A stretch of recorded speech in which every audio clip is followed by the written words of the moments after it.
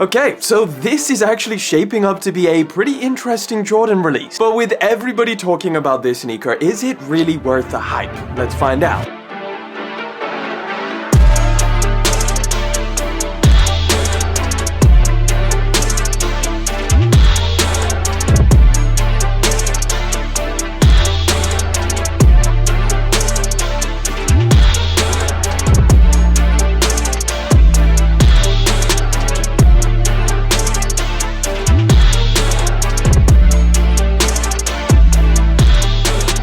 Here we have the box, and I mean the box itself is pretty much worth the hype, am I right? This thing is super nice. Obviously it's nothing special. This is basically something that Jordan Brand has increasingly been doing, where they're matching the Jordan boxes to the sneaker itself, so sometimes they can even get pretty crazy with it, like we saw on the Jordan 1 washed black, where it had all of the speckles and the fading color. Either way, this pair comes in a very similar box to what we saw on the Jordan 1 Taxi. This is just UNC blue instead of yellow. So let's pop the top and let me show you guys today's sneaker. It's the Jordan 1 UNC Toe.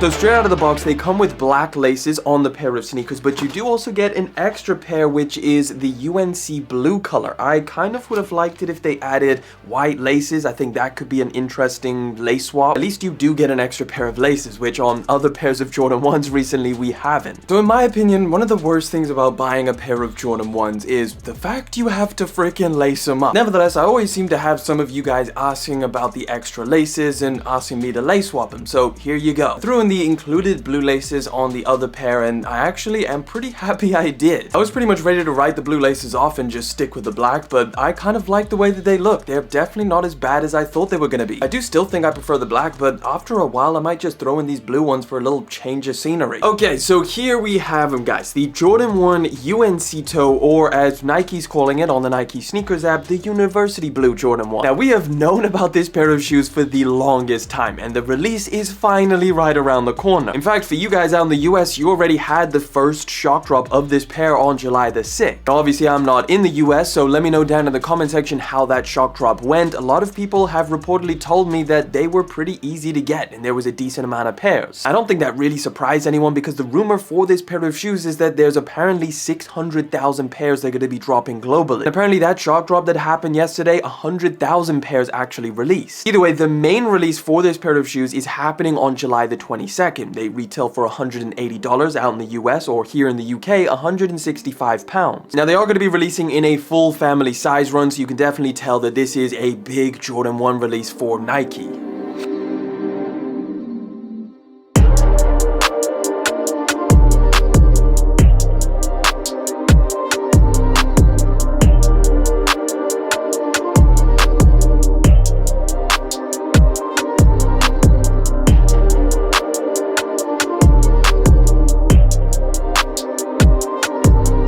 You can also keep in mind that yesterday's shock drop most likely wasn't the only one that's going to happen before the main release. I think you could definitely expect more exclusive access release, more shock drops, or however Nike wants to do it. It's kind of Nike's new method of dropping big sneaker releases. There's usually like a couple pre-releases before the actual main drop. And I think it's actually a pretty smart move from Nike, because instead of dropping all 600,000 pairs of these things, they'll do a couple smaller releases, which will all end up selling out. Okay, so like I said, this pair of shoes, interesting release, right? Because Jordan 1s haven't really been selling out recently. I mean, like, even some of the fire colorways that I would have said are guaranteed to sell out are either sitting around on apps, or some of them are even on sale. Now, this colorway, on the other hand, is definitely different. This one is a heavy hitter. I mean, the UNC color blocking, specifically on a pair of Jordan 1s, has typically in the past made a lot of them extremely expensive. I mean, Nike even throws this UNC color on other models, and they tend to do extremely well also. I think also specifically this UNC Toe toe color blocking where you have the UNC on the toe box, that makes this one extremely sought after. And with all of this hype that this colorway has, on the other hand, there is a lot of pairs of these things that are going to be releasing. So yeah, I think it's going to be a pretty interesting release to see if the demand outweighs the actual stock or if it's the other way around. In any case, the sneaker itself is really, really nice. I mean, I can easily understand the hype of this colorway. There is something just so aesthetically pleasing about the UNC colorway, especially when it's accented by the white and black leather panels. Now, speaking of the leather, that's actually something that I was a little bit nervous about when I first unboxed this pair of shoes. I was like, yo, please don't be trash leather.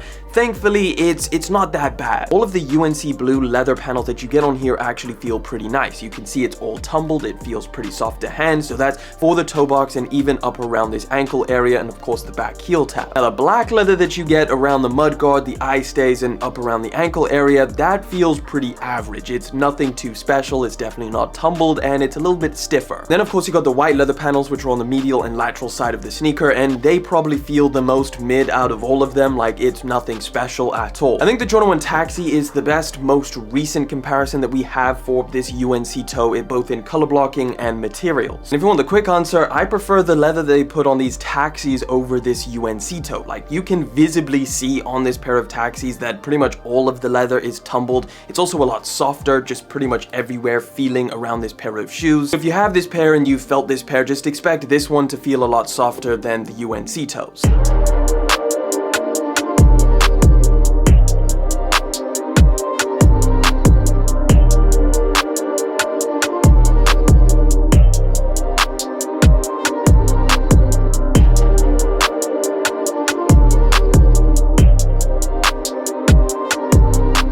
Yeah, it's a little bit unfortunate. I kind of wish that they did go a little bit above and beyond with the leather on this pair of shoes, but obviously it's not going to be a massive deal breaker for most people. I mean, this UNC toe is such a fantastic colorway. I think it just looks so good and obviously a great pair for the summertime. And I think in terms of GR Jordan 1s, this is probably one of the best colorways that's dropping this year. I mean, if you take a look at what's left to release, this is probably the best, at least in my opinion. I mean, we do have the black toe lows, which is definitely a great pair of Jordans. But apart from that, we got the reimagined ones, the Palomino ones, satin breads, and most of those pairs are probably the most hype that's going to be dropping before the end of the year. But for me personally, I'm taking these over all of them. Overall, this is definitely a solid pair of Jordan 1s. It's definitely one of those colorways that's not just going to be forgotten in the next few years. I mean, again, it'll be interesting to see how these release, but given the current climate of Jordan 1s just not being the most hyped sneaker anymore, these could end up being relatively easy to pick up. And on that note, there is a ton of other really solid Jordan 1 colorways that are also easy to pick up or potentially even on sale. So just keep that in mind. If you don't have your heart set on this pair of shoes, it's definitely worth having a little browse at all of the other Jordan 1 colorways that's about. And it's a great time to grab some steals while the Jordan 1 hype is down. Either way, guys, let me know what you think of the UNC Toe Jordan 1 down in the comment section. And hey, if you want to see some of those other options for Jordan 1s, check out the top 10 best Jordan 1s under retail.